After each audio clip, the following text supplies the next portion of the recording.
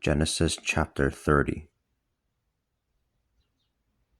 Rachel, seeing that it had not been granted to her to bear sons to Jacob, became jealous of her sister, and said to Jacob, "Give me sons, or I shall die." Jacob was irritated with Rachel and said, "Am I God? He is the one who did not grant you the fruit of your womb."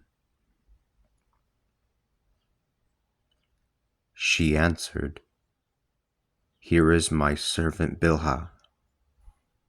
Sleep with her so that she may give birth upon my knees. And I also may have offspring through her."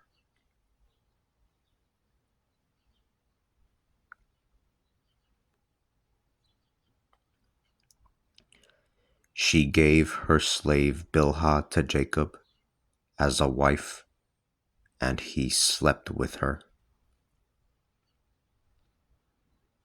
Bilhah conceived and bore a son to Jacob. Rachel said, "God has been just to me and has also listened to my voice, giving me a son." Because of this, she named him Dan.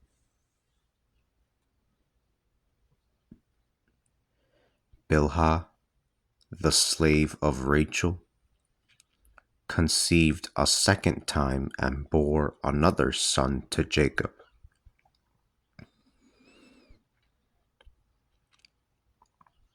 Rachel said,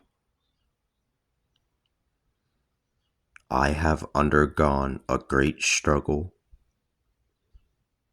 Rachel said, "I have undergone a great struggle with my sister, and I have won." Because of this, she named him Naphtali.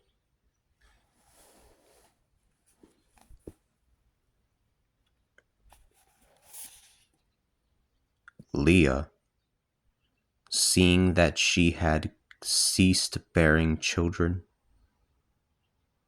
took her slave Zilpah and gave her as a wife to Jacob. Zilpah, the slave of Leah, bore Jacob a son. Leah said, "What good luck!"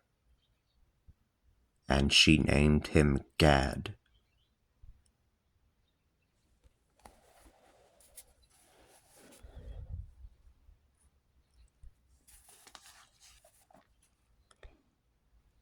Zilpah, the slave of Leah, bore a second son to Jacob. Leah said, "What joy! The women shall call me truly happy." Therefore,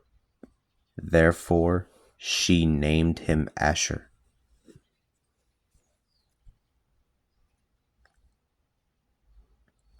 Around the time of the wheat harvest, Reuben found some mandrakes, and he brought them to his mother Leah. Rachel said to Leah, "Give me a little of your son's mandrakes."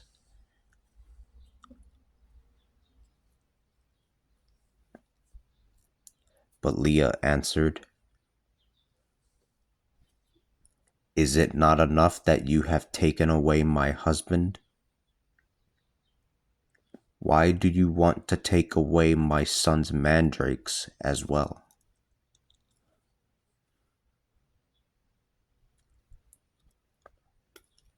Rachel answered, Then he can lie with you tonight in exchange for your son's mandrakes.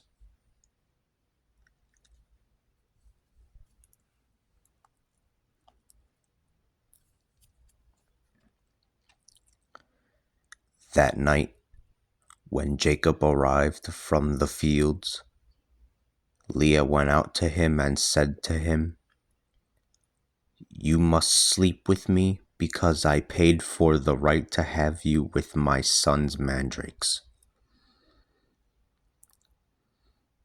Thus, he slept with her that night.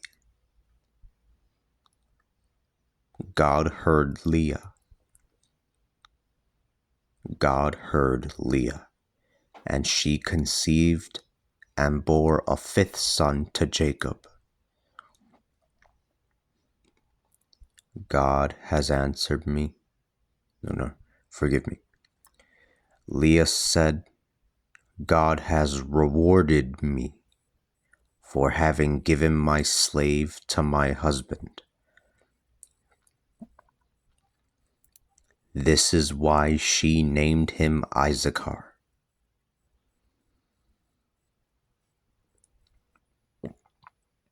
Leah conceived and bore a sixth son to Jacob.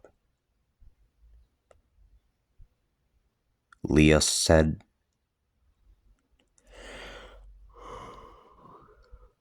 forgive me. Leah conceived and bore a sixth son to Jacob. Leah said, God gave me a beautiful gift. This time my husband will prefer me because I have borne him 6 sons. She therefore named him Zebulun.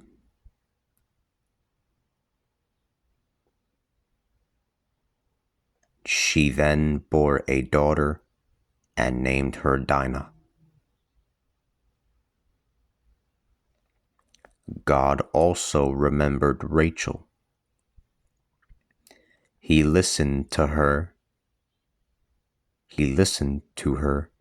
and opened her womb.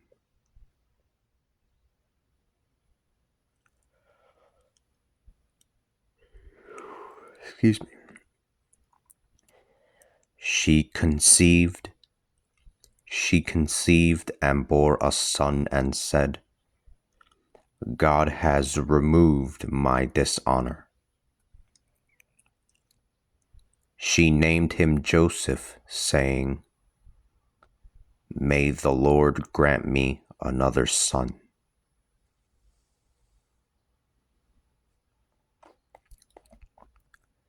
After Rachel had borne Joseph,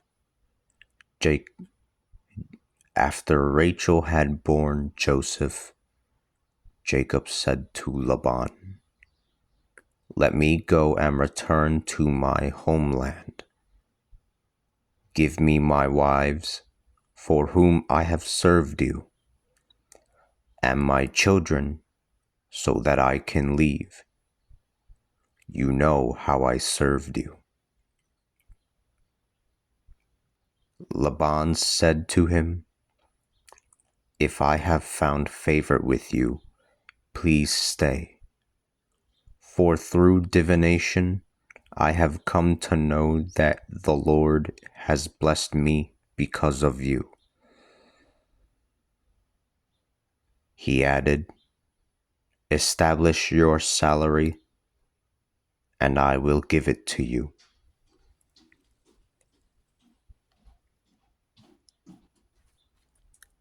He answered, You know how I served you, and how your possessions have multiplied through my work. What little you had before I arrived has grown beyond measure, and the Lord has blessed you since my arrival. But now, when will I be able to work for myself as well?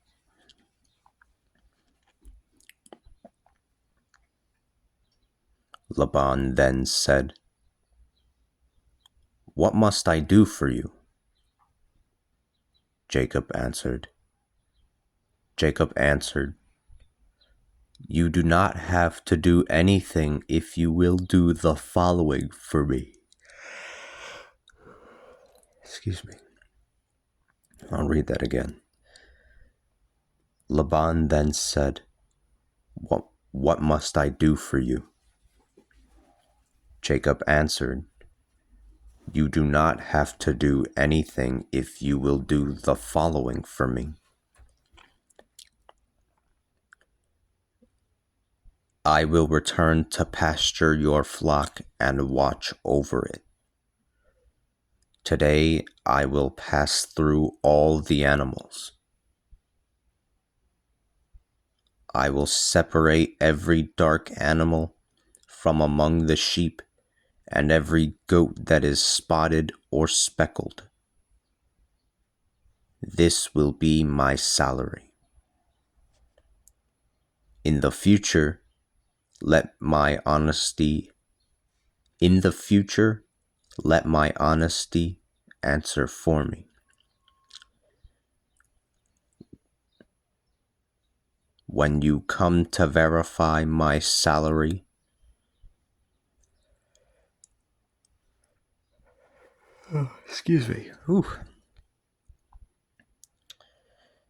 When you come to verify my salary, every animal that is not speckled or spotted from among the goats, and those that are not dark from among the sheep, if you find them with me, will be considered to have been robbed.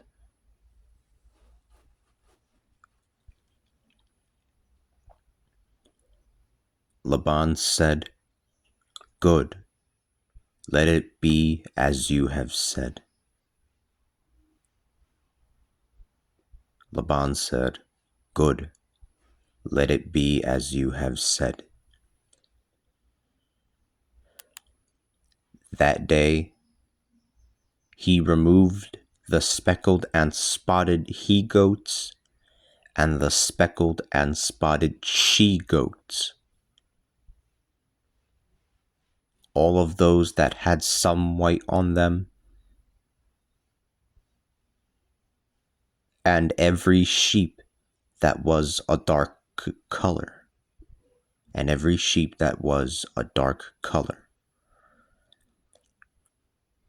He placed the flock in the care of his sons, and he determined that there should be a distance of 3 days' journey by camel from Jacob's flock.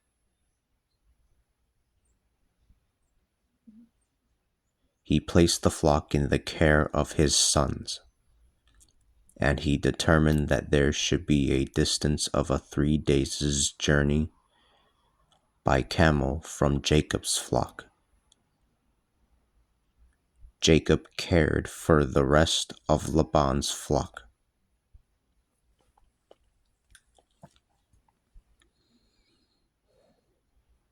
But Jacob took fresh shoots of poplar, almond, and plane trees, and he made white stripes in them by peeling the bark back down to the white core of the shoots.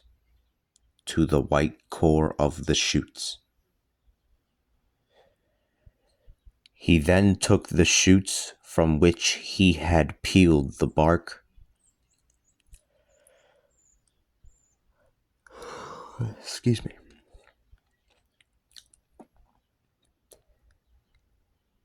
He then took the shoots from which he had peeled the bark, and he placed them in the channels, that is, in the watering troughs where their animals came to drink. They were placed where the animals could see them. They were placed where the animals could see them. And the animals mated when they came to drink. Thus,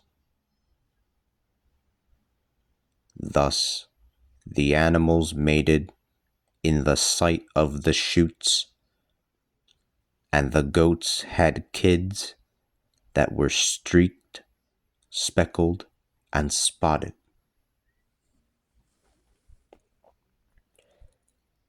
As for the sheep,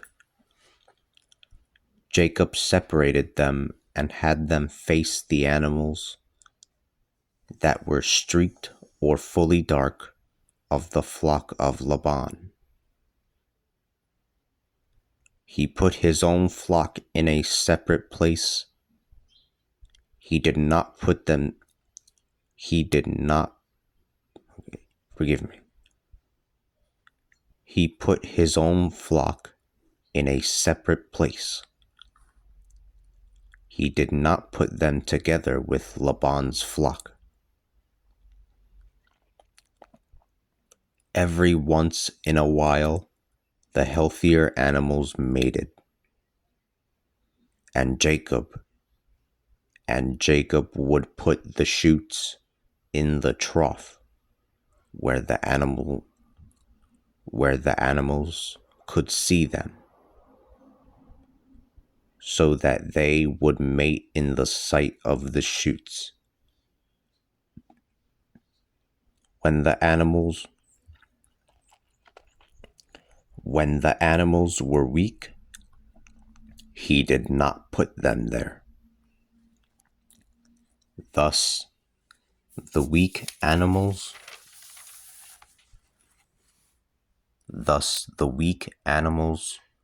belonged to Laban, and those that were healthy belonged to Jacob. He grew rich beyond measure and possessed great numbers of flocks, male and female slaves, and camels and donkeys.